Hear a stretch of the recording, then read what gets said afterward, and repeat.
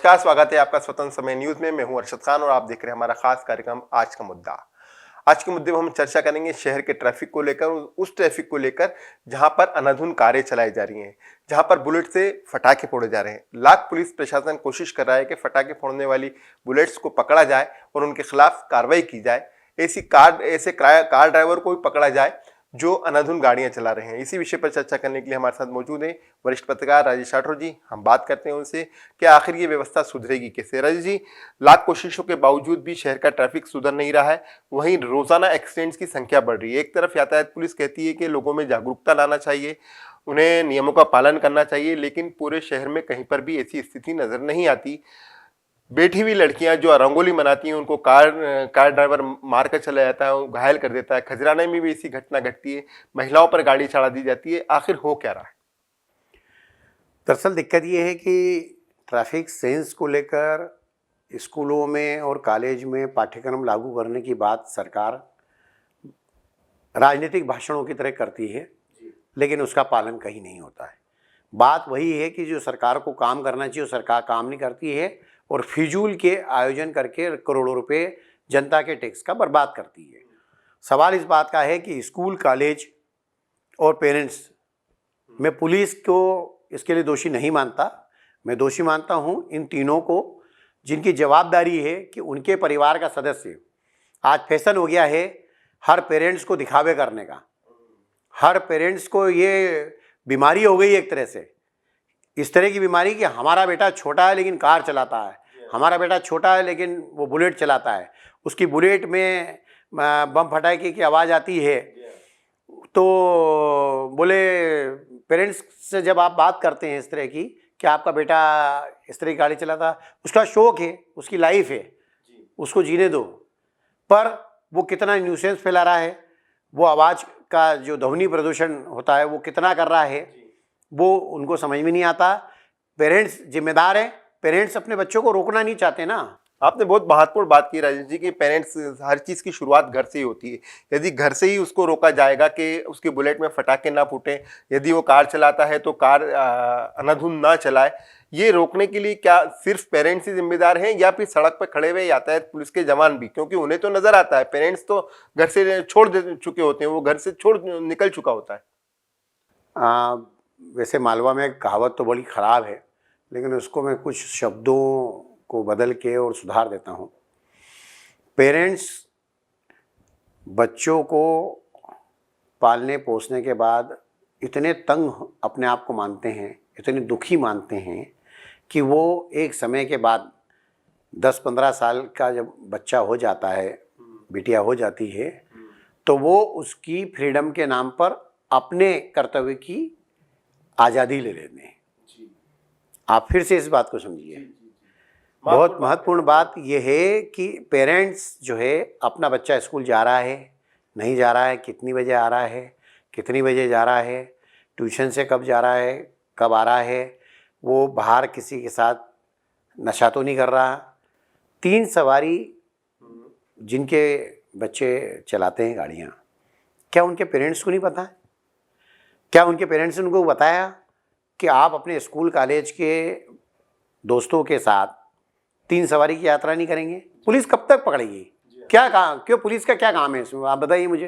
Police क्या करेगी? Police क्या करेगी? पुलिस के सामने आएंगे, पुलिस चालान बना देगी, वो नेताओं से फ़ोन लगवा देंगे, गाड़ी छुड़वाइए। बच्चों को यदि कोई सज़ा मिलती है या पेनल्टी लगती है तो पुलिस पर आरोप लगते हैं। पुलिस का मैं इसमें रोल सबसे अंतिम मानता हूँ, वो समझाइश का और चालान का। मध्य प्रदेश सरकार को बहुत ही सख्त रवैया, बिल्कुल कड़ा कानून इसके लिए बनाना चाहिए कि 3 सवारी यदि कोई भी मोटरसाइकिल पे या स्कूटर पे मिली तो सीधे 10,000 रुपये का चालान बनेगा, या गाड़ी जब्त हो जाएगी और 6 महीने तक वो गाड़ी नहीं छूटेगी। आपने एक बहुत महत्वपूर्ण बात की, तो यानी कहीं ना कहीं हम हमारी संस्कृति से दूर होते जा रहे हैं।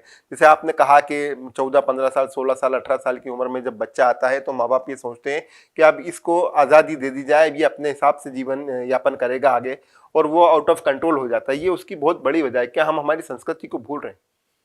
बेसिकली संस्कृति से तो अब जो है सोशल मीडिया पे दिखती है संस्कृति की तो बात छोड़ दीजिए, दिखावा है, कुछ लोग मानते होंगे, ऐसा भी नहीं कि पूरी दुनिया ख़राब हो चुकी है, लेकिन अब पेरेंट्स के दिखावा, मैं फिर रिपीट कर रहा हूँ, पेरेंट्स के दिखावे ने लोगों की ज़िंदगी के साथ खिलवाड़ शुरू कर दिया है।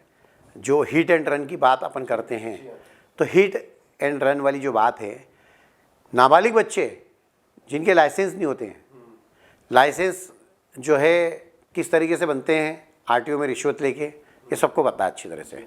लेकिन पेरेंट्स को देखना चाहिए कि हमारा बच्चा 18 साल का, 20 साल का, 21 साल का हुआ या नहीं हुआ। पेरेंट्स को अपने साथ कार और स्कूटर चला के देखना चाहिए कि हमारा बच्चा वाकई गाड़ी सही चला रहा है, नहीं चला रहा है। जब ये साफ है कि ट्रैफिक सिग्नल पे रेड लाइट है, तो आप रुकिए ना। लोग इतनी तेज़ी से निकलते हैं, सिग्नल छूटने और सिग्नल बंद होने के समय लोग जेल से छूटने की तरह भागते हैं एकदम बिल्कुल। और टू व्हीलर वाला कार वाले को दोषी ठहराता है और कार वाला टू व्हीलर वाले को दोषी ठहराता है। ये सब चीज़ें और हिट एंड रन के जो मामले हैं, वो तो सीधे सीधे नशे के हैं। जो नशा समाज के सभ्य लोगों में, गुंडे बदमाश उठेगिरे जो हैं शहर में, उनका सभ्य समाज के लोगों में प्रवेश और उनके घरों में एंट्री ने बर्बादी कर दी है। नशा फैशन बन चुका है। जो नहीं करता हो ऐसा माना जाता है। गरीब बस्ती हो या अरबपति का परिवार, नशे से नहीं छूटता वो। और जिस तेज़ी के साथ, मैं तो आपको ये बताना चाहता हूँ कि लड़कियाँ, आज नारी शक्ति के बारे में कुछ भी बोल दो तो लोग आपके ऊपर ही सवाल उठाने लग जाएंगे। आप उनकी कमियां, आप उनकी गलतियां नहीं बता सकते हैं, नहीं तो उस समय नारी शक्ति का एकदम उदय होता है। लेकिन नारी शक्ति का उदय उस समय कहाँ चला जाता है, नारी शक्ति उस के संगठन उस समय कहाँ चले जाते हैं, जब लड़कियां खुलेआम जो है शराब पीकर हंगामा करती है। कई पुलिस वालों का यह कहना है कि रात को पब से निकलने वाली लड़कियां इतने अभद्र और ख़राब कपड़े पहनने के साथ नशा करने के बाद जब पुलिस वाले रात को 12-1-2 बजे उनको रोकते हैं, तो वो अपने बॉयफ्रेंड को छुड़वाने के लिए पुलिस वालों को गालियां बकती है और नशे में इस कदर गिर पड़ती है कि उम्र दराज पुलिस वालों को तो आंखें ही बंद करना पड़ती है। पुलिस वाले कहते हैं कि यार हमको, हमारे बच्चे इस उम्र के हैं और हम इनको इस हालत में देख रहे हैं। बेसिकली ये पूरा सीधा सीधा मामला पेरेंट्स की लापरवाही का है। जी राज जी, इस तरह की जो हादसे होते हैं, जैसे हिट एंड रन वाली जो बातें सामने आती है, उन परिवारों का क्या होता है जिनका कोई दोष ही नहीं, सड़क पर बैठे हुए हैं या सड़क पर चल रहे हैं या फुटपाथ पर सो रहे हैं, उन पर एक गाड़ी आती है, चढ़ जाती है, उनकी मौत हो जाती है, लेकिन पुलिस मुकदमा 304 का ही दर्ज करती है। यानी कि वो उस आम आदमी की ज़िंदगी की कोई वक़्त नहीं है जो सड़क पर चल रहा है या सड़क पर बैठा है या अपने काम से कहीं जा रहा है और पीछे से आके कार मार देती है या मोटरसाइकिल वाला मार के निकल जाता है, तो उसके ऊपर कुछ।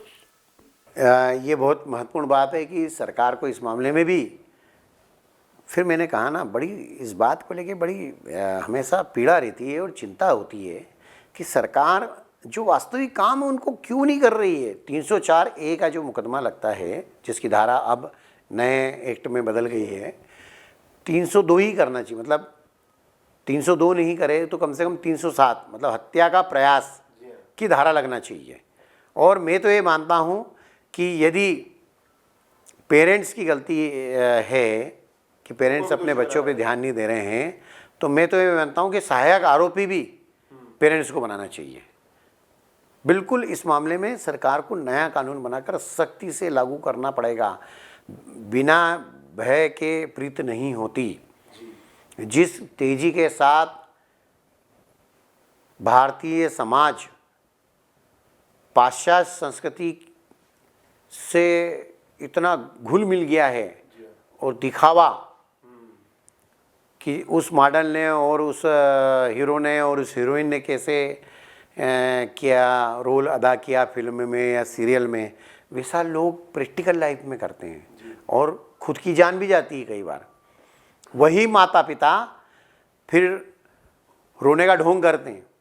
यदि माता पिता ने समय रहते हुए अपने बच्चों को सीख दी होती तो शायद उनको रोना नहीं पड़ता। राज जी, हालांकि पुलिस ने एक बड़ी कार्रवाई की थी अभी दीपावली के दौरान, कई सारे बुलेट्स जब्त किए थे जिनके अंदर ऐसे साइलेंसर लगे हुए थे जो फटाके करते थे।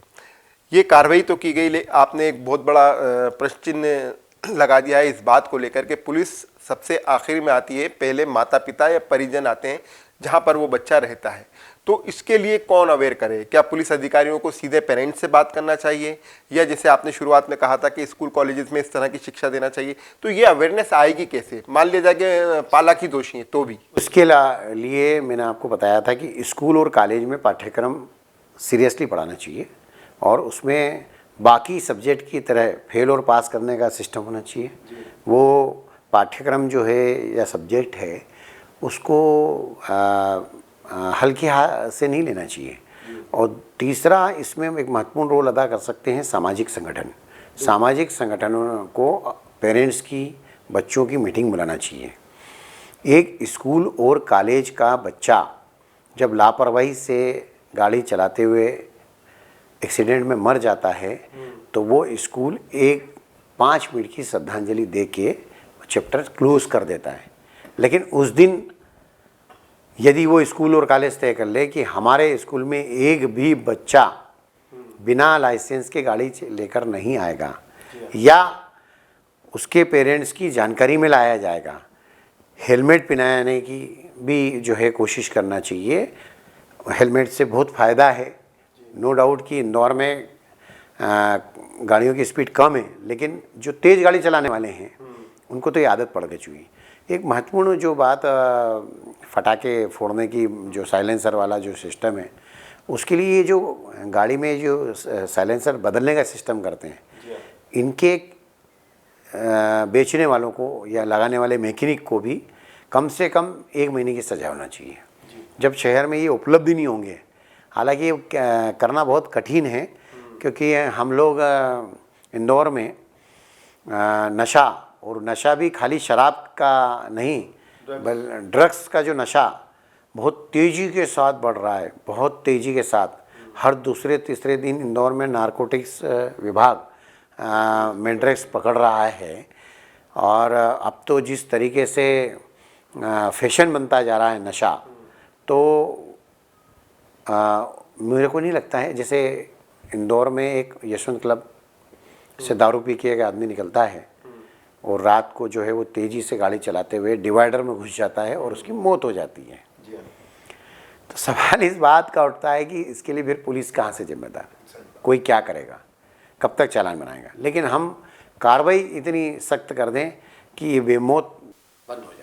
मेरा अंतिम सवाल आपसे, सवाल ये कि जैसे आपने कहा कि स्कूल्स कॉलेज में शिक्षा प्रदान की जाना चाहिए, यातायात पुलिस सुरक्षा सप्ताह बनाता है, कई सारे जवान, कई सारे कांस्टेबल्स और कई सारे अधिकारी विभिन्न स्कूलों में, कॉलेजेस में जाके यातायात नियमों के बारे में जानकारी भी देते हैं। जैसे आपने कहा कि एक सब्जेक्ट होना चाहिए, निश्चित रूप से बहुत सारे सब्जेक्ट होते हैं, केमिस्ट्री, फिजिक्स, इतिहास के जो है, उसके अंदर क्या ये एक सब्जेक्ट शासन को ऐड कर देना चाहिए?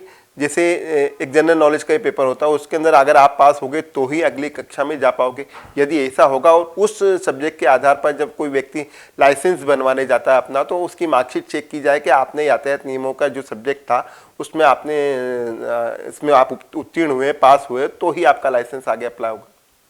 बिल्कुल निश्चित तौर पे। और बल्कि मैं तो ये मानता हूँ कि ट्रैफिक सुधार के लिए सभी समाज के लोगों को और ख़ास तौर से स्टूडेंट्स को सड़क पर आके देखना चाहिए। चौराहे पे आकर घंटे 2 घंटे, कभी महीने 2 महीने में भी यदि वो आकर देखें कि ट्रैफिक संभालना कितना मुश्किल होता है, लोगों को रोकना कितना मुश्किल होता है, लोगों को एक लेन में चलाना कैसे मुश्किल होता है, तब तक जो है ये समाज में सुधार नहीं होगा। नहीं तो मैं आपको बता दूं कि आने वाले दिनों में हज़ारों जानें ऐसी जाएगी बेमौत। जी, बहुत बहुत धन्यवाद। हमसे बात कर रहे थे राजेश राठौर जी, जिन्होंने बताया कि किस तरह से शहर में जो यातायात व्यवस्था सुधारने की कोशिश यातायात पुलिस ज़रूर कर रही है, पुलिस प्रशासन कोशिश करता है, लेकिन सबसे ज़्यादा सुधरना होगा उन पालकों को जो अपने बच्चों के हाथों में बुलेट दे देते हैं, जो अपने नाबालिग बच्चों को कारें चलाने की परमिशन दे देते हैं और जिनकी वजह से बेगुनाह लोगों की जान जाती है। हम शासन से उम्मीद करते हैं कि शासन इस तरफ भी ध्यान देगा कि स्कूल कॉलेजेस में एक ऐसा सब्जेक्ट लाया जाए जो यातायात नियमों से जुड़ा हुआ हो, और यदि उस सब्जेक्ट में व्यक्ति पास होता है तो इसका ड्राइविंग लाइसेंस बनाया जाए और आगे की कार्रवाई की जाए। हमारे खास कार्यक्रम आज के मुद्दे में फिलहाल इतना ही।